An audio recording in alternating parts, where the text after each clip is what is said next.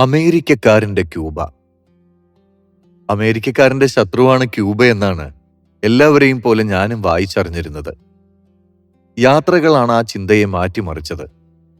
അധികാരമെന്ന വ്യവസ്ഥ രാജ്യങ്ങളെ തമ്മിൽ ശത്രുവാക്കി വെക്കുമ്പോഴും എല്ലാ അതിരുകളെയും മായ്ച്ചു കളയുന്ന മനുഷ്യസ്നേഹത്തിന്റെ നേരുകളാണ് ലോകയാത്രകളിൽ അറിയാനും അനുഭവിക്കാനും സാധിച്ചത്.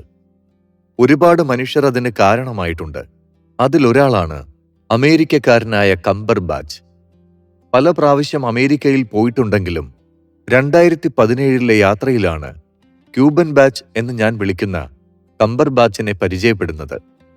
100 വർഷം പഴക്കമുള്ള ഒരു ജൂത കുടുംബ ഹോട്ടലിലാണ് അമേരിക്കയിൽ എന്നും താമസിക്കാറുള്ളത്. 1000-ലധികം മുറികളുള്ള ആ ഹോട്ടലിൽ പല രാജ്യങ്ങളിൽ നിന്നുള്ള ജോലിക്കാരുണ്ട്. വർഷങ്ങളായി അവിടെ ജോലി ചെയ്യുന്നവരുമുണ്ട് അക്കൂട്ടത്തിൽ. ലോകത്തിന്റെ പല ഭാഗങ്ങളിൽ നിന്നുമുള്ള ബിസിനസ്സുകാരും അവിടെ താമസിക്കുന്നു.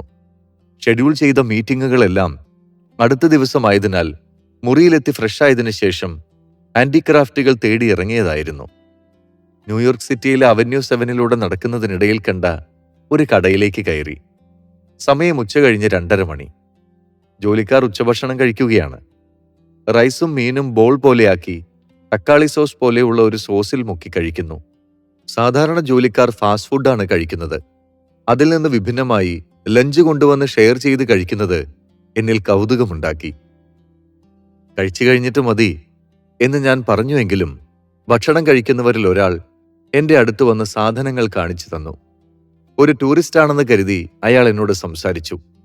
സാധാരണ രീതിയിൽ വസ്ത്രം ധരിച്ച അയാൾ ആ കടയിലെ ഒരു ജോലിക്കാരനാണെന്നാണ് ഞാൻ കരുതിയിരുന്നത്. കൂടുതൽ സംസാരിച്ചപ്പോഴാണ് അയാളാണ് കടയുടെ മുതലാളിയെന്നും 4 കടകളുണ്ടെന്നും പേര് കംബർബാച്ചാണെന്നും മനസ്സിലായത്. കടയിലെ എല്ലാ സ്റ്റാഫും ക്യൂബക്കാരും ഹെയ്തിക്കാരും മെക്സിക്കോക്കാരുമാണ്. അത്ഭുതം തോന്നി. സാധാരണക്കാരനെ പോലെ തൊഴിലാളികൾക്കൊപ്പം ഇരുന്ന് ഭക്ഷണം കഴിക്കുന്ന മുതലാളി. കംബറിനോട് സംസാരിക്കുമ്പോൾ തന്നെ വിനയവും സ്നേഹവായ്പും നമുക്ക് അനുഭവിക്കാനാകും. ക്യൂബയുടെ തനതായ വോൾക്രാഫ്റ്റ് ആർട്ട് വല്ലതുമുണ്ടോ? എന്റെ ചോദ്യത്തിന് മറുപടിയായി കംബർ പറഞ്ഞു, ക്യൂബൻ കലാകാരന്മാരുണ്ടാക്കിയ ഹാൻഡിക്രാഫ്റ്റുകളും അമേരിക്കൻ ഹാൻഡ്മെയ്ഡ് ഗ്ലാസ് ഗിഫ്റ്റ് പ്രോഡക്റ്റുകളുമാണുള്ളത്. നല്ല ഭംഗിയുള്ള ഈ അമേരിക്കൻ ഗ്ലാസ് ക്രാഫ്റ്റുകൾ ഒരുപാട് ഷോപ്പുകളിൽ കണ്ടിട്ടുണ്ട്. ക്യൂബയെപ്പറ്റി ചോദിച്ചതുകൊണ്ടാവാം കംബർ ക്യൂബയെപ്പറ്റി വാചാലനായി. അരമണിക്കൂറോളം ആവേശത്തോടെയുള്ള സംസാരം കേട്ടപ്പോൾ ഞാൻ ചോദിച്ചു, നിങ്ങൾ ഏത് രാജ്യക്കാരനാണ്? ഞാൻ അമേരിക്കക്കാരനാണ്. ഒരു അമേരിക്കക്കാരൻ ക്യൂബയെപ്പറ്റി ഇത്രയും സംസാരിക്കുന്നത് ഞാൻ ആദ്യമായിട്ട് കേൾക്കുകയാണ്. കംബർ ചിരിച്ചുകൊണ്ട് പറഞ്ഞു, അത് അമ്മ നാടിനോടുള്ള സ്നേഹമാണ്. കംബറിന്റെ അമ്മ ക്യൂബക്കാരിയായിരുന്നു. അമേരിക്കയിൽ വന്ന് സ്ട്രീറ്റിൽ ചെറിയ സാധനങ്ങൾ വിറ്റ് ജീവിച്ചിരുന്ന സ്ത്രീ. അവിടെ വെച്ചൊരു ബ്ലാക്ക് അമേരിക്കനെ പരിചയപ്പെടുകയും കല്യാണം കഴിക്കുകയും ചെയ്തു. അതിലേറെ രസമുള്ള കാര്യം, ബ്ലാക്ക് അമേരിക്കനായ കംബർബാച്ചിന്റെ അച്ഛന്റെ അച്ഛൻ ഒരു കൽക്കത്തക്കാരനായിരുന്നു. അച്ഛന്റെ അമ്മ ക്യൂബയിൽ ജീവിച്ചിരുന്ന ഹെയ്തിക്കാരിയും. അങ്ങനെ വൈകിട്ട് 5 മണിവരെ ഞങ്ങൾ ഓരോ കാര്യങ്ങൾ സംസാരിച്ചു. കംബർ 4 കടകളിലേക്കും വെയർഹൌസുകളിലേക്കും എന്നെ കൊണ്ടുപോയി. അങ്ങനെ ഒരു നല്ല സൗഹൃദം ഞങ്ങൾക്കിടയിലുണ്ടായി. കേരള രാഷ്ട്രീയത്തിന്റെയും ഇന്ത്യൻ രാഷ്ട്രീയത്തിന്റെയും കാര്യങ്ങൾ അയാൾക്കറിയാം. EMSന്റെ നേതൃത്വത്തിൽ ഇടതുപക്ഷം കേരളത്തിൽ അധികാരത്തിൽ വന്നതൊക്കെ കംബറിനറിയാം. അയാൾക്ക് ഒരിടത് മനസ്സാണ്. പാക്കി ഗ്രൂപ്പിനെ പറ്റിയും പ്രവർത്തനങ്ങളെപ്പറ്റിയും കൂടുതൽ അറിഞ്ഞപ്പോൾ കംബർ ആവേശഭരിതനായി. എന്തായാലും ക്യൂബയ്ക്ക് വരണമെന്നും താൻ പോകാറുണ്ടെന്നും എയ്തിയിലേക്ക് പോകാൻ നിൽക്കുകയാണെന്നും കൂടെ വന്നാൽ അതുവഴി ക്യൂബയിലേക്ക് പോകാമെന്നും പറഞ്ഞ് എന്നെ നിർബന്ധിച്ചു. ഇത്തവണ വരാനൊക്കില്ലെന്നും ഉടനെ വരാമെന്നും ഞാൻ കംബറിന് വാക്കുകൊടുത്തു. അങ്ങനെ അപ്രാവശ്യം ദുബായിൽ തിരിച്ചെത്തി ക്യൂബൻ വിസയ്ക്ക് വേണ്ടി അപേക്ഷ നൽകി. വിസ വന്നപ്പോ എന്തായാലും അമേരിക്കയിൽ പോയിട്ട് അവിടെ നിന്ന് ക്യൂബയിലേക്ക് പോകാൻ തീരുമാനിച്ചു. അങ്ങനെ 6 മാസത്തിന് ശേഷം വീണ്ടും അമേരിക്കയിലേക്ക് പോയി. കംബർ എൻ്റെ ഒപ്പം ക്യൂബയിലേക്ക് വരാൻ തയ്യാറായി നിൽക്കുകയാണ്. ഏതൊക്കെ ഫ്ലൈറ്റ് ഉണ്ടെന്നും ചെലവ് കുറഞ്ഞത് ഏതൊക്കെയെന്ന് നോക്കാനും ഒരു കൂടപ്പിറപ്പിന്റെ സ്നേഹത്തോടും കരുതലോടും കംബർ സഹായിച്ചു. വലിയ ആവേശത്തിലായിരുന്നു കംബർ. ക്യൂബയിലേക്ക് പോകുന്ന വഴി മെക്സിക്കോ, ഹെയ്തി എന്നിവിടങ്ങളിൽ പോകുവാൻ ഞങ്ങൾ തീരുമാനിച്ചു. അങ്ങനെ ഞങ്ങൾ 2 പേരും ബജറ്റ് എയർലൈൻസിൽ ടിക്കറ്റ് ബുക്ക് ചെയ്ത് മെക്സിക്കോയിലേക്ക് പോകുവാൻ ഒരുങ്ങി. ഹോട്ടൽ ഒഴിവാക്കി ലഗേജുകൾ കംബറിന്റെ വെയർഹൌസിൽ വെച്ച് ഞങ്ങൾ മെക്സിക്കോയിലേക്ക് വിമാനം കയറി. ഞങ്ങളുടെ രണ്ടാളുടെയും കൈനിറയെ ലഗേജുകളായിരുന്നു. കമ്പറിന്റെ കടയിൽ ജോലി ചെയ്യുന്ന മെക്സിക്കോക്കാരും ഹെയ്തിക്കാരും ക്യൂബക്കാരുമായ സ്റ്റാഫിന്റെ വീട്ടിലേക്കുള്ള സാധനങ്ങൾ നിറച്ച ബാഗുകളായിരുന്നു അവ. കമ്പറിനൊപ്പം ഞാനും ആ ബാഗുകളും ചുമന്ന് നടന്നു. തൊഴിലാളി മുതലാളി എന്നതിനപ്പുറം മനുഷ്യനെന്ന വികാരം എന്നെ തൊടുന്നത് ആ യാത്രയിൽ ഞാൻ അറിഞ്ഞു. ഞങ്ങൾ കൂടുതൽ കൂട്ടുകാരായി. വിശേഷങ്ങൾ പറയുന്നതിനിടയിൽ ഞാൻ കമ്പറിനോട് കല്യാണക്കാര്യം ചോദിച്ചു. തെളിഞ്ഞ ചിരിയോടെ മൊബൈലിൽ ഒരു സുന്ദരിയായ ക്യൂബക്കാരി പെൺകുട്ടിയുടെ ഫോട്ടോ കാണിച്ചുകൊണ്ട് പറഞ്ഞു, അലീന അമ്മയുടെ കുടുംബത്തിലുള്ള ഒരു പെൺകുട്ടിയാണ്. ഞങ്ങൾ പ്രണയത്തിലാണ്. അവളെപ്പറ്റി പറഞ്ഞപ്പോ കമ്പറിന്റെ മുഖം വല്ലാതെ തുടുത്തു. അത്രയും സുന്ദരനായി കമ്പറിനെ ഞാൻ അതുവരെ കണ്ടിട്ടില്ലായിരുന്നു. കാത്തിരിപ്പിന്റെ നിമിഷങ്ങളോളം മനോഹരമായ മറ്റെന്താണ് ഈ ലോകത്തുള്ളത്? സമയങ്ങൾ കഴിഞ്ഞുപോയി. കമ്പറിന്റെ സന്തോഷത്തെയും പേറി വിമാനം മെക്സിക്കൻ മണ്ണിൽ തൊട്ടു. മെക്സിക്കോയിൽ ഇറങ്ങിയപ്പോൾ നമ്മുടെ നാട്ടിൽ എയർപോർട്ടിൽ പ്രവാസികളെ സ്വീകരിക്കാൻ വരുന്ന പോലെ കമ്പറിന്റെ മെക്സിക്കോക്കാരായ 4-5 സ്റ്റാഫിന്റെ കുടുംബക്കാർ വാഹനങ്ങളുമായി വന്നു. സ്വന്തം വാഹനമില്ല അവർക്കൊന്നും. വാടക ടാക്സികളിലാണ് വന്നത്. മെക്സിക്കോയിൽ ഞങ്ങൾ താമസിച്ചത് 14 വർഷമായി കമ്പറിനൊപ്പം ജോലി ചെയ്യുന്ന ഒരു സ്റ്റാഫിന്റെ വീട്ടിലാണ്. മെക്സിക്കൻ ഭക്ഷണവും ജീവിതശൈലിയുമൊക്കെയായി നിറയെ നല്ല അനുഭവങ്ങൾ ലഭിച്ച നാളുകളായിരുന്നു അത്. ഹാൻഡിക്രാഫ്റ്റുകളുടെ ലോകമാണ് മെക്സിക്കോ. പ്രത്യേകിച്ച് ക്രാഫ്റ്റഡ് തൊപ്പികൾ. ഇന്തോനേഷ്യയിലും മറ്റും ജാതി, മതം, കുലം, കുടുംബം ഇവയുടെയൊക്കെ അടിസ്ഥാനത്തിൽ വിഭിന്ന തരത്തിലുള്ള തൊപ്പികൾ കണ്ടിട്ടുണ്ടെങ്കിലും മെക്സിക്കൻ തൊപ്പികൾ എന്നെ കൂടുതൽ ആകർഷിച്ചു എന്നതാണ് സത്യം. ഓരോന്നിലും ഓരോ ആർട്ട് വർക്കുകളാണ്. 4 പകലും 5 രാത്രിയും മെക്സിക്കോയിൽ താമസിച്ചു. പലയിടങ്ങളും ചുറ്റിക്കാണുകയും ക്രാഫ്റ്റ് ഉണ്ടാക്കുന്ന ഇടങ്ങളിൽ പോവുകയും ചെയ്തു. കൂടുതൽ സാധനങ്ങൾ വാങ്ങാനുള്ള ഒരു സാഹചര്യമില്ലാത്തതിനാൽ സെലക്ട് ചെയ്ത് വളരെ കുറച്ച് സാധനങ്ങൾ വാങ്ങുകയും അത് ഡോർ ടു ഡോർ ദുബായിലെ ഷോപ്പിലേക്ക് അയക്കാൻ ഏർപ്പാടാക്കുകയും ചെയ്തു. മെക്സിക്കോയിൽ നിന്ന് നേരെ പോയത് ഹെയ്തിയിലേക്കാണ്. ഹെയ്തിയിൽ കമ്പറിന്റെ ക്ലാസ്മേറ്റ്സ് ഉണ്ട്. ഹെയ്തിയിലെ എല്ലാ സ്ഥലങ്ങളിലേക്കും പോയി. എന്റെ ഏറ്റവും നല്ല സുഹൃത്തായ കാത്തിയുടെ നാടാണ് ഹെയ്തി. അവളുടെ പിതാവ് ജോൺ ഫ്രാൻസിലെ ഹെയ്തി അംബാസിഡറാണ്. അവൾ അങ്ങോട്ട് വിളിച്ചപ്പോഴൊന്നും പോകാൻ പറ്റിയിരുന്നില്ല. അപ്രാവശ്യം പോയപ്പോ കാത്തി അവിടെ ഇല്ലായിരുന്നു, ദുബായിലായിരുന്നു. എങ്കിലും കാത്തിയുടെ കൂട്ടുകാർ രാത്രി 1 മണി നേരത്തെ എന്നെ കാണാനെത്തി. താൻ അവിടെ ഇല്ലെങ്കിലും തന്റെ കൂട്ടുകാരനെ ഹെയ്തിയിൽ സ്വീകരിക്കാനും വന്ന് കാണാനും അവൾ കൂട്ടുകാരോട് പറഞ്ഞേൽപ്പിച്ചിരുന്നു. അവിടെ ക്രാഫ്റ്റുമായി ബന്ധപ്പെട്ട് ജീവിക്കുന്നത് 30% കൂടുതൽ ആളുകളാണ്. കടൽ ക്രാഫ്റ്റാണ് പ്രധാനം. കടൽ വിഭവങ്ങൾ തന്നെയാണ് പ്രധാന ഭക്ഷണവും. വലിയ ചെമ്മീൻ പുഴുങ്ങി അത് ഉരൽ പോലെ ഒന്നിലിട്ടിടിച്ച് പച്ചമുളകും ചെറിയ ഉള്ളിയും പുളിവെള്ളം പോലെയുള്ള ഒന്നിൽ മിക്സ് ചെയ്ത് കഞ്ഞിയിലിട്ട് കുടിക്കും. 3 രാത്രി ഹെയ്തിയിൽ താമസിച്ചു. ഹെയ്തിയിലെ ഗവൺമെന്റ് ക്രാഫ്റ്റ് ബോർഡ് മെമ്പർമാരെ കണ്ടു. കടൽ ക്രാഫ്റ്റുകളുടെ സാധ്യതയെക്കുറിച്ച് സംസാരിക്കുകയും അവരുടെ മാർക്കറ്റിങ്ങിന് എന്നാലാവും വിധം കാര്യങ്ങൾ ചെയ്യാമെന്ന് വാക്കുകൊടുക്കുകയും ചെയ്തു. അവിടെ നിന്ന് നേരെ ക്യൂബയിലേക്ക് പറന്നു. ചെഗുവേരയുടെയും കാസ്ട്രോയുടെയും പേരിൽ നമ്മൾ അറിയുന്ന വിപ്ലവ നാടായ ക്യൂബയിലേക്ക്. കേരളത്തിന്റെ 4 ഇരട്ടിയോളം വലിപ്പമുണ്ട് ക്യൂബയ്ക്ക്. ക്യൂബയുടെ 4-1 മലമ്പ്രദേശമാണ്. വലിയ മലനിരകളും പീഠഭൂമിയും കുഞ്ഞു പർവ്വതനിരകളും ചേർന്ന പ്രകൃതിയുടെ കാവലുള്ള ക്യൂബയുടെ 3500 കിലോമീറ്ററുകളോളം ദൈർഘ്യമുള്ള സമുദ്രതീരം ഉൾക്കടലുകളാലും കണ്ടൽക്കാടുകളാലും നിറഞ്ഞിരിക്കുന്നു. ഇതെല്ലാം ചേർന്ന ക്യൂബയുടെ ആകാശക്കാഴ്ച അതിമനോഹരമാണ്. ക്യൂബയുടെ തലസ്ഥാന നഗരിയായ ഹവാനയിൽ ഇറങ്ങിയപ്പോൾ ഒരു നേതാവിനെ സ്വീകരിക്കാൻ വരുന്നതുപോലെ 10-40 ആളുകളാണ് എയർപോർട്ടിലേക്ക് വന്നത്. അവരുടെ കയ്യിൽ ഭക്ഷണ സാധനങ്ങൾ. ഓരോരുത്തർക്കും കൈകൊടുത്ത് സംസാരിച്ച് എയർപോർട്ടിൽ നിന്ന് പുറത്തിറങ്ങാൻ 1.5 മണിക്കൂർ സമയമെടുത്തു. വൈകിട്ട് 7:30 മണിയോടെ ഹവാന എയർപോർട്ടിൽ നിന്നും മുൻഭാഗം ലോറിയുടെ രൂപമുള്ള ബസ്സിന്റെ വലിപ്പമുള്ള വാഹനത്തിൽ കമ്പർബാച്ചിന്റെ ഗ്രാമത്തിലേക്ക് പുറപ്പെട്ടു. 2.5 മണിക്കൂർ യാത്ര ചെയ്ത് ഗ്രാമത്തിലെത്തി. പോകുന്ന വഴികളിൽ ഇരുട്ട് തിങ്ങി നിൽക്കുന്നു. പലയിടങ്ങളിലും അരണ്ട തെരുവു വിളക്കിന്റെ വെളിച്ചം. ആ അരണ്ട വെളിച്ചത്തിൽ ചെങ്കുടികളും അരിവാൾ ചുറ്റികയും കണ്ടപ്പോൾ തലശ്ശേരിയിലെ ചെങ്കടലിരുമ്പുന്ന പാർട്ടി യോഗങ്ങളിലെ മുദ്രാവാക്യങ്ങൾ പഴയ സ്കൂൾ കാലത്തിന്റെ ഓർമ്മകളായി തികട്ടി വന്നു. കെട്ടിടങ്ങൾക്കിടയിലെ കടകളിലെയോ വീടുകളിലെയോ വെളിച്ചം ഇടയ്ക്കിടെ കണ്ടു. പഴയ അമേരിക്കൻ ലക്ഷറി കാറുകൾ ഇടയ്ക്ക് പോകുന്നതും കാണാം. കമ്പറിന്റെ ഗ്രാമത്തിൽ ഒരു ആഘോഷത്തിന്റെ മട്ട്. പ്രായം ചെന്ന വല്യുമ്മമാരും കമ്പറിന്റെ ഗ്രാമക്കാരുമൊക്കെ ഇന്ത്യയിൽ നിന്ന് വരുന്ന പ്രത്യേകിച്ച് കമ്മ്യൂണിസ്റ്റ് ഭരണമുള്ള കേരളത്തിൽ നിന്ന് വരുന്ന ആളെ സൽക്കരിക്കാൻ കമ്പറിന്റെ വീടിന്റെ ചുറ്റുമുള്ള വീടുകളിലെ മുറ്റങ്ങളിലൊക്കെ ക്യൂബൻ വിഭവങ്ങൾ തയ്യാറാക്കി കാത്തിരിക്കുകയായിരുന്നു. ക്യൂബയിൽ കോമൺ കിച്ചൺ അഥവാ പൊതു അടുക്കള സമ്പ്രദായം കൂടുതലായുണ്ട്. റഷ്യയിൽ ഇത് മുമ്പ് കണ്ടിട്ടുണ്ട്. പാരസ്പര്യത്തിന്റെ ഒരു വലിയ ചേരൽ അവിടെ കാണാം. എനിക്ക് സിം കാർഡോ ഇന്റർനെറ്റോ ഒന്നുമില്ലായിരുന്നു. നാളെ സിറ്റിയിൽ ചെന്ന് സിം കാർഡ് വാങ്ങാമെന്ന് കമ്പർ പറഞ്ഞു. അലീനയുടെ മുഖത്ത് സന്തോഷത്തിന്റെ തുടുപ്പ് കാണാം. കമ്പർ പറഞ്ഞ് നല്ലോണം പരിചയമുള്ളതുകൊണ്ട് തന്നെ ഞങ്ങൾക്കിടയിൽ ഔപചാരികതകൾ ഒട്ടുമേ ഇല്ലായിരുന്നു. അവിടെയുള്ളവരിൽ നന്നായി ഇംഗ്ലീഷ് പറയുന്നവരുണ്ട്. ഞാൻ അവരോട് ഓരോ കാര്യങ്ങൾ ചോദിക്കാൻ തുടങ്ങി. അതിൽ നിന്നും പല കാര്യങ്ങളും അറിയാൻ പറ്റി. പിറ്റേന്ന് പുലർച്ചെ 4 മണിവരെ ഭക്ഷണം കഴിക്കലും ആളുകളെ പരിചയപ്പെടലും ഒക്കെയായിരുന്നു. 11 ആളുകളാണ് കമ്പർ ബാച്ചിന്റെ വീട്ടിലുള്ളത്. ഒരു കുളിമുറിയും 2 മുറിയുമാണ് ആ വീട്ടിലുള്ളത്. വീടിന്റെ മുറ്റത്ത് കാട്ടുവള്ളികൾ കൊണ്ട് മെടഞ്ഞ ചെറിയ ഒരു കട്ടിലിട്ട് അവിടെയാണ് ഞാൻ കിടന്നത്. താഴെയും ചുറ്റിനും കുറേ ആളുകൾ. നമ്മുടെ നാട്ടിലെ ഒരു പഴയകാല കല്യാണ വീട്ടിലെ തലേ ദിവസത്തെ പ്രതീതി. രാവിലെ എണീറ്റപ്പോ വീണ്ടും ഭക്ഷണമുണ്ടാക്കുന്നവരെ കണ്ടു. വിറകടുപ്പാണ് കൂടുതലും ഉപയോഗിക്കുന്നത്. പൊതു അടുക്കളയായതിന്റെ ഗുണം എന്താണെന്ന് വെച്ചാൽ ജോലിക്ക് പോകുന്ന സ്ത്രീകൾക്ക് അതൊരു സമയലാഭമാണ്.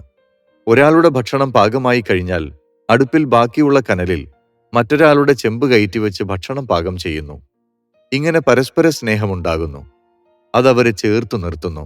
അതിർത്തി തർക്കങ്ങൾ മൂലം അയൽക്കാർ ശത്രുക്കളാകുന്ന ഈ കാലത്ത് ഈ ഒരുമയ്ക്ക് വലിയ പ്രസക്തിയുണ്ടെന്ന് എനിക്ക് തോന്നി. രാവിലെ 7 മണിയാകുമ്പോഴേക്ക് ജോലിക്ക് പോകേണ്ടവർ തയ്യാറാകുന്നു. സിഗാർ കമ്പനിയിൽ ജോലി ചെയ്യുന്നവരാണ് ആ ഗ്രാമത്തിൽ കൂടുതലുള്ളവരും. അവർ കമ്പനിയിലേക്ക് പോകുന്ന ബസ് കണ്ടപ്പോഴാണ് എനിക്ക് മനസ്സിലായത് ഇന്നലെ എയർപോർട്ടിലേക്ക് വന്നത് അത്തരമൊരു ബസ്സായിരുന്നു. അങ്ങനെ ഞാനും ഒരു ഗ്രൂപ്പിന്റെ കൂടെ സിഗാർ കമ്പനിയിലേക്ക് പോയി. പുകയിലച്ചപ്പിന്റെ ലോകം, ലോകപ്രസിദ്ധമായ ഹവാന ചുരുട്ടിന്റെ നാട്. ക്യൂബയിൽ വന്നാൽ തിരിച്ചു പോവാൻ തോന്നില്ല. ആഫ്രിക്കൻ കറുത്ത വർഗക്കാർ, മൊറോക്കൻസ്, ഫ്രാൻസിന്റെ അടുത്തുള്ള ദ്വീപിലുള്ളവർ, ഫിലിപ്പീനികൾ, സ്പാനിഷ് എന്നീ വംശത്തിലുള്ളവരുടെ പിൻതലമുറക്കാരായ ഗോത്രക്കാർ ക്യൂബയിലുണ്ട്. ഞാനും നീയും ഇല്ലാതെ നമ്മളെന്ന വികാരത്തിൽ സമത്വവും ജീവിതവും സ്നേഹവും തേടുന്ന മനുഷ്യർ. കൃഷിയും സംസ്കാരവുമായി ബന്ധപ്പെട്ട് രൂപപ്പെട്ട ജനതയാണവർ. പാല് ഗവൺമെന്റ് സ്റ്റോറിൽ നിന്ന് കിട്ടും. ഒരു കുടുംബത്തിലെ ഒരംഗത്തിന് 1.5 ലിറ്റർ പാല് നമ്മുടെ റേഷൻ കടയിൽ നിന്ന് കിട്ടുന്ന പോലെ കിട്ടും. 1.5 ലിറ്റർ കൂടുതൽ വേണ്ടവർക്ക് വില ഈടാക്കും. അതുമാത്രമല്ല, ബ്രെഡ്, ചുവന്ന അരി, ഉരുളക്കിഴങ്ങ് തുടങ്ങി അവർക്ക് വേണ്ടതെല്ലാം ഗവൺമെന്റ് നൽകുന്നു. മരുന്ന് ഷാപ്പുകളിൽ ക്യൂബൻ മരുന്നുകളാണ്. ആരോഗ്യരംഗത്ത് ക്യൂബ വളരെ മുന്നിലാണ്. ഓരോ വീട്ടുകാർക്കും ഗവൺമെന്റിന്റെ കുടുംബ ഡോക്ടർമാരുണ്ട്. ഒരു കുട്ടി ജനിക്കുമ്പോൾ മുതൽ ആ കുട്ടിയുടെ പേരിൽ ഒരു കാർഡുണ്ടാകും. അതിൽ അവന്റെ ആരോഗ്യ വിവരങ്ങൾ രേഖപ്പെടുത്തുന്നു. അങ്ങനെ എല്ലാവർക്കും സമ്പൂർണമായ ആരോഗ്യ പരിരക്ഷ ലഭിക്കുന്നു. സ്കൂൾ വിദ്യാഭ്യാസം സൗജന്യമാണ്. പലർക്കും ഉയർന്ന വിദ്യാഭ്യാസമുണ്ട്. നല്ല സ്കിൽഡ് ലേബേഴ്സ് ഉണ്ട്. എല്ലാ വീട്ടിലും പശുവും കോഴികളുമുണ്ട്. കൂടുതലും യാത്ര ഷെയർ ടാക്സികളിൽ. സ്വത്തുണ്ടാക്കുക, വലിയ സ്ഥലം വാങ്ങുക എന്നൊന്നുമില്ല. ജീവിക്കുക, മറ്റുള്ളവരെ ജീവിപ്പിക്കുക എന്നത് അവരുടെ ഹൃദയ തത്വമാണ്. പ്രകൃതി വിഭവങ്ങൾ അടുത്ത തലമുറയ്ക്ക് കൈമാറണമെന്ന ബോധമാണ് അവരെ നയിക്കുന്നത്. കുട്ടികളുടെ ഒരു കൾച്ചറൽ ഇവന്റിൽ പങ്കെടുക്കാൻ സാധിച്ചു. എന്നെ അത്ഭുതപ്പെടുത്തിയത് അവർ കുട്ടികൾക്ക് നൽകുന്ന പ്രോത്സാഹനമാണ്. ഒരു കുട്ടി പങ്കെടുക്കുമ്പോൾ വീട്ടുകാർക്കൊപ്പം അവന്റെ അയൽക്കാരും പോകും അവനെ പ്രോത്സാഹിപ്പിക്കാൻ. അത്രമേൽ പരസ്പരം അവർ ജീവിതം പങ്കുവയ്ക്കുന്നു. കമ്പറിനൊപ്പം പലയിടങ്ങളും ചുറ്റിക്കണ്ടു. ക്യൂബയിലെ പുകയില കൃഷി ചെയ്യുന്ന സ്ഥലങ്ങൾ കണ്ടു. ക്യൂബൻ വൈൻ ഉണ്ടാക്കുന്ന ഇടങ്ങളിൽ പോയി. എന്നോട് പറയാൻ എല്ലാവർക്കും ഒരേ കാര്യമാണ് ഉണ്ടായിരുന്നത്: ക്യൂബൻ സാധനങ്ങൾ വാങ്ങി ദുബായിലേക്ക് കൊണ്ടുപോകണം. ഇന്ത്യക്കാരെ അവർക്ക് വലിയ ഇഷ്ടമാണ്. ജനങ്ങൾക്ക് വേണ്ടി ജനങ്ങളിൽ നിന്ന് ജനങ്ങളാൽ മന്ത്രിമാരെയും ജനപ്രതിനിധികളെയും തിരഞ്ഞെടുക്കുന്ന ജനാധിപത്യ പ്രക്രിയയെ അവർ അഭിമാനത്തോടെ കാണുന്നു. ആദ്യമായി ബാലറ്റ് സംവിധാനത്തിലൂടെ അധികാരത്തിൽ വന്ന കേരള കമ്മ്യൂണിസ്റ്റ് പാർട്ടിയുടെ ചരിത്രം അവർ വായിച്ചു മനസ്സിലാക്കിയിരിക്കുന്നു. അതവർ അഭിമാനത്തോടെ എന്നോട് പറയുന്നു. സ്നേഹം കൊണ്ട് കെട്ടിപ്പിടിക്കുന്ന ജനത എന്നല്ലാതെ മറ്റൊന്നും അവരെപ്പറ്റി പറയാൻ എനിക്കറിയില്ല. ചെഗുവേരയും കാസ്ട്രോയും അവർക്ക് വികാരമാണ്. എനിക്ക് ചെഗുവേരയെപ്പോലെ ആവണമെന്ന അർത്ഥം വരുന്ന പാട്ടുകൾ അവർ പാടി നടക്കുന്നു. ടീഷർട്ടുകളിൽ, ചുവരുകളിൽ, കീ ചെയിനുകളിലൊക്കെ ചെഗുവേരയെ കാണാം. ചെന്ന് 3-ാമത്തെ ദിവസം കമ്മ്യൂണിസ്റ്റ് പാർട്ടിയിലെ മുതിർന്ന നേതാക്കൾ വന്ന് സംസാരിച്ചു. ഞാൻ ചെറുകിട കച്ചവട രീതി പിന്തുടരുന്ന ആളാണെന്നും ഫാക്കി ഗ്രൂപ്പിന്റെ ചെറുകിട യൂണിറ്റുകളെ പറ്റിയുമൊക്കെ അറിഞ്ഞപ്പോൾ അവർ അവരുടെ ഇൻഡസ്ട്രിയിൽ ഇൻവെസ്റ്റ് ചെയ്യണമെന്ന് പറഞ്ഞു. വന്നവരിൽ സ്റ്റീഫൻ കാസ്ട്രോ എന്നു പേരുള്ള ഒരാൾ എന്നെ ആകർഷിച്ചു. നല്ല ലോകവിവരം, വ്യക്തമായ സംസാരം, ഭാവിയെക്കുറിച്ചുള്ള കാഴ്ചപ്പാടുകൾ എന്നിവ അയാളിൽ പ്രകടമായി കണ്ടു. അവർ എനിക്കൊരു ചെറിയ സ്വീകരണം ഒരുക്കി. ചടങ്ങിൽ സ്റ്റീഫൻ പ്രസംഗിച്ചു. അതിലെ ചില ഭാഗങ്ങൾ ഇങ്ങനെയായിരുന്നു: ചെറുകിട കച്ചവടക്കാരില്ലാതെ ലോകത്തിന് മുന്നോട്ടു പോകാൻ സാധിക്കില്ല. 100 വർഷത്തിന്റെയും 50 വർഷത്തിന്റെയും താൽക്കാലിക വികസനമാണ് വൻകിട രാജ്യങ്ങൾ കാണുന്നത്. റിസോഴ്സുകൾ തീരും. വരും തലമുറയ്ക്ക് കൈമാറാൻ നിങ്ങൾക്കൊന്നും ഉണ്ടാവില്ല. നിങ്ങൾ ചെറുകിട കച്ചവടക്കാരുടെ പ്രതീക്ഷ നശിപ്പിക്കരുത്. വിത്ത് നശിപ്പിക്കരുത്. വിത്തില്ലാതെ പുതിയതുണ്ടാകില്ല.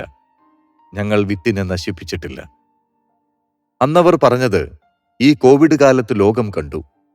ക്യൂബൻ ഡോക്ടർമാരും നഴ്സുമാരും അമേരിക്കയെ സഹായിക്കാൻ പോയി. ആരോഗ്യരംഗത്തെ ക്യൂബയുടെ മേന്മയാണിത് കാണിക്കുന്നത്. സ്റ്റീഫന്റെ പ്രസംഗം എന്നെ ഇരുത്തി ചിന്തിപ്പിച്ചു. സ്മോൾ സ്കെയിൽ ഇൻഡസ്ട്രിയുടെ പ്രസക്തിയെപ്പറ്റി എത്ര മനോഹരമായും വ്യക്തവുമായാണ് അയാൾ പറഞ്ഞത്. ഫാക്കി ഗ്രൂപ്പിന്റെ പ്രവർത്തനങ്ങളിൽ എനിക്ക് എന്തെന്നില്ലാത്ത അഭിമാനം തോന്നി. ലോകമെമ്പാടുമുള്ള കമ്പനിയുടെ ചെറിയ യൂണിറ്റുകളിൽ ജോലി ചെയ്യുന്നവരെ ഞാൻ ഓർത്തു. എല്ലാവർക്കും സന്തോഷമായി ജീവിക്കാനുള്ളത് ഈ ഭൂമിയിലുണ്ട്. അത്യാഗ്രഹം തീർക്കാനുള്ള ഓട്ടത്തിൽ അവയെ നശിപ്പിക്കരുതെന്ന് മാത്രം. അതിനുശേഷം സ്റ്റീഫനോട് സംസാരിച്ചു. ക്യൂബയിൽ നിന്ന് ദുബായിക്ക് സാധനങ്ങൾ എത്തിക്കണം. അത് ബുദ്ധിമുട്ടുള്ള കാര്യമാണ്. തുർക്കിയുടെ കണ്ടെയ്നർ ഷിപ്പുകൾ വഴിയാണ് അത് എത്തുന്നത്. കുറച്ചുകൂടി എളുപ്പമുള്ള വഴികൾ നോക്കണം. ഞാൻ അതിനെക്കുറിച്ച് പഠിച്ചുകൊണ്ടിരിക്കുന്നു. ഒരു വ്യക്തമായ കാഴ്ചപ്പാടുള്ള ഒരാളുടെ ഉറച്ച ശബ്ദത്തിൽ സ്റ്റീഫൻ പറഞ്ഞു. ഞങ്ങൾ കുറേ നേരം സംസാരിച്ചു പിരിഞ്ഞു. ക്യൂബയെ കൂടുതലായി അറിയണമെന്ന് ഞാൻ പറഞ്ഞപ്പോൾ സ്റ്റീഫൻ എനിക്ക് പേളി എന്ന സ്പാനിഷ് ക്യൂബക്കാരിയെ ഒരു സഹായിയായും ഗൈഡായും ഏർപ്പാടാക്കി തന്നു. അടുത്ത ദിവസം രാത്രി ഞങ്ങൾ കുറച്ചുപേർ കമ്പറിന്റെ വീട്ടിൽ കൂടി. ഞാനന്ന് കേരള സ്റ്റൈൽ മീൻകറിയും ഫ്രൈയും ഉണ്ടാക്കി. ആളുകൾ അത്ഭുതത്തോടെ അത് നോക്കി നിന്നു. മസാലകളുടെ മണം പരന്നപ്പോൾ അവർ കൗതുകത്തോടെ രുചി നോക്കുവാനായി വന്നു. എല്ലാം കഴിഞ്ഞ് സംസാരിച്ചിരിക്കുമ്പോൾ അക്കൂട്ടത്തിലെ ഗവൺമെന്റ് ഉദ്യോഗസ്ഥനായ ഒരാൾ പറഞ്ഞു, അറ്റ്ലാന്റിക് സമുദ്രത്തിൽ നിന്ന് കരീബിയൻ കടലിലേക്കും മെക്സിക്കോ ഉൾക്കടലിലേക്കുമുള്ള വഴിയിലാണ് ക്യൂബ നിൽക്കുന്നത്. ആ വഴിയാണ് പണ്ട് ചെഗുവേര അടക്കമുള്ള വിപ്ലവകാരികൾ യാത്ര ചെയ്തിരുന്നത്. ഉൾക്കടലും കുന്നുമൊക്കെയുള്ള ആ സ്ഥലം വളരെ മനോഹരമാണ്. എനിക്കത് കേട്ട് താല്പര്യമായി. എന്തായാലും പോകണമെന്ന് പറഞ്ഞപ്പോൾ കമ്പറും അലീനിയും അത് ഏറ്റുപിടിച്ചു. എല്ലാവർക്കും താല്പര്യമായി. അങ്ങനെ ആ രാത്രി തന്നെ ഞങ്ങൾ 14 പേർ ബീച്ചിലേക്ക് പുറപ്പെട്ടു. അവിടെ നിന്ന് ബോട്ടിൽ കടൽ തീരം വഴി ക്യൂബയെന്ന് ചുറ്റിക്കാണുക എന്നതാണ് ലക്ഷ്യം. ഞാനും കമ്പറും അലീനയും ഒരു ബൈക്കിലും മറ്റുള്ളവർ ഒരു വണ്ടിയുമായി പുറപ്പെട്ടു. പോകുന്ന വഴിയിൽ പേളിയുടെ വീട്ടിലെത്തുകയും അവിടെ വച്ച് ഞാനും പേളിയും അവളുടെ മോട്ടോർ സൈക്കിളിൽ യാത്ര തുടരുകയും ചെയ്തു. അങ്ങനെ ഞങ്ങൾ ബീച്ചിലെത്തി. ബോട്ട് അവിടെ തയ്യാറായിരുന്നു. ബോട്ടിലേക്ക് കയറുമ്പോൾ അറിയില്ലായിരുന്നു അത് മരണം മുന്നിൽ കണ്ടുള്ള ഒരു യാത്രയായിരിക്കുമെന്ന്. 3/4 ഭാഗം ഓപ്പണായിട്ടുള്ള ഒരു ബോട്ടായിരുന്നു അത്. ബോട്ട് ഓടിക്കുന്നയാളുടെ മുറിയുടെ മുകളിൽ ഒരു തട്ടുണ്ട്. അത്യാവശ്യം കിടക്കാനും മറ്റുമായി. സംസാരിച്ചാൽ കേൾക്കാത്ത ശബ്ദമായിരുന്നു ബോട്ടിന്റെ എഞ്ചിന്റെ. പുകയിലയും മറ്റും കയ്യിലുണ്ട്. മീൻ കുത്തിപ്പിടിക്കുന്ന ഒരുതരം ചാട്ടുളിയും. മീൻ കടലിന്റെ ഉപരിതലത്തിൽ വന്ന് ചാടിക്കളിക്കുന്നു. ആവശ്യമുള്ള മീനിനെ ചാട്ടുളി കൊണ്ട് കുത്തിപ്പിടിച്ച് അടുപ്പിൽ വെള്ളം ചൂടാക്കി ഉപ്പും മീനുമിട്ട് പുഴുങ്ങി തിന്നാം. കരയിൽ നിന്ന് ഏതാണ്ട് 50 മീറ്റർ മാത്രം ദൂരത്തിൽ ബോട്ട് യാത്ര തുടർന്നു. കരയിലേക്കുള്ള വശത്തിൽ ഒരു വലിയ ലൈറ്റുണ്ട് ബോട്ടിൽ. അതിൽ കരയും കുന്നും കാടും ഒക്കെ കാണാം. അങ്ങനെ കാഴ്ചകൾ കണ്ട് ബോട്ട് മുന്നോട്ട് നീങ്ങി. പലരും മുകളിലെ തട്ടിൽ കിടക്കാൻ പോയി. ഞാനും കമ്പറും അലീനയും പേളിയും കാഴ്ച കണ്ടു നിന്നു. പുലർച്ചെ 5 മണിയായപ്പോഴേക്കും കണ്ടൽക്കാടുകളും കടലിലേക്ക് തള്ളി നിൽക്കുന്ന കുന്നുകളും നിറഞ്ഞ സ്ഥലത്തെത്തി. ആ കാഴ്ചകൾ എങ്ങനെ എഴുതി ഫലിപ്പിക്കുമെന്നറിയില്ല. ആൾതാമസമില്ലാത്ത സ്ഥലം. അതിന്റെ ഉള്ളിലേക്ക് ബോട്ട് അടുപ്പിക്കണമെന്ന ആഗ്രഹം പറഞ്ഞപ്പോൾ ബോട്ട് അടുപ്പിച്ചു. പുലരിയുടെ മങ്ങിയ വെളിച്ചം വീണു തുടങ്ങുന്നതേയുള്ളൂ. രാത്രി കിടന്നവരൊക്കെ ഉണർന്നു. അങ്ങനെ ഒരു കരയിൽ ഇറങ്ങാൻ തീരുമാനിച്ചു. പുകയില ചുരുട്ടി പന്തം പോലെയാക്കി കത്തിച്ച് അരവരെ വെള്ളമുള്ള സ്ഥലത്തേക്ക് ബോട്ടടുപ്പിച്ച് ഞങ്ങൾ ഇറങ്ങി കരയിലേക്ക് കയറി. ഞാൻ അന്തം വിട്ട് കാടിന്റെ കാഴ്ചകൾ കണ്ടു നിന്നു. പെട്ടെന്നാണ് ആളുകളുടെ അലർച്ച കേട്ടത്. എനിക്കൊന്നും മനസ്സിലായില്ല. പൊടുന്നനെ തിരിഞ്ഞു നോക്കുമ്പോൾ 100-ലധികം കാട്ടുപന്നികൾ. പെട്ടെന്നുള്ള വരവിൽ എല്ലാവരും പതറി. പലരുടെയും പന്തങ്ങൾ വീണു. പന്നികൾ കൂട്ടത്തിൽ ഒരാളെ കുത്തിത്തെറിപ്പിച്ചു. അയാളുടെ കാല് മുറിഞ്ഞു. എല്ല് പൊട്ടിയ പോലെ അയാൾ കരഞ്ഞു. കുറച്ചുപേർ പെട്ടെന്ന് പന്തവുമായി വന്ന് അവയെ ഓടിച്ചു. കാട്ടുപന്നികൾ പിൻവാങ്ങി.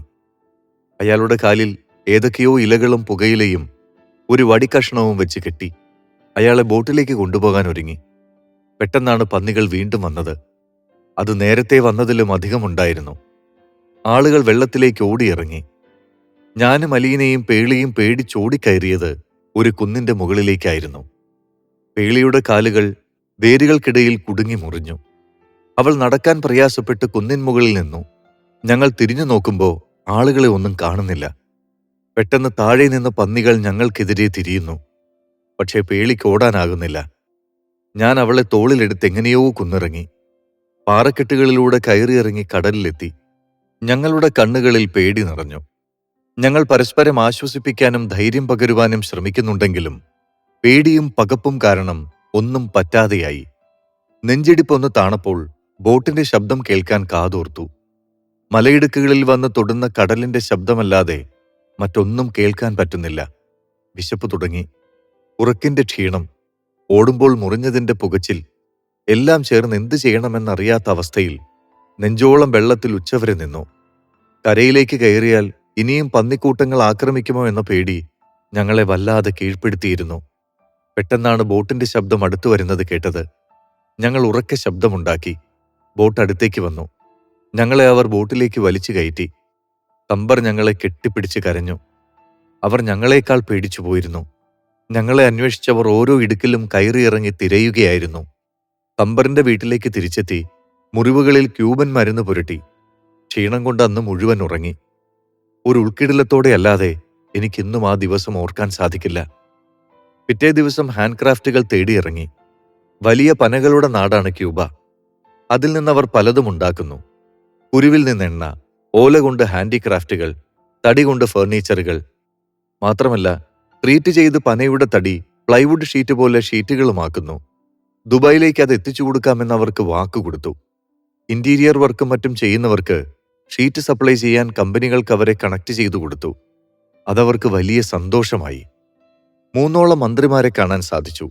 സാധാരണ ആളുകളെപ്പോലെ അവർ നമ്മളെ സ്വീകരിക്കുന്നു.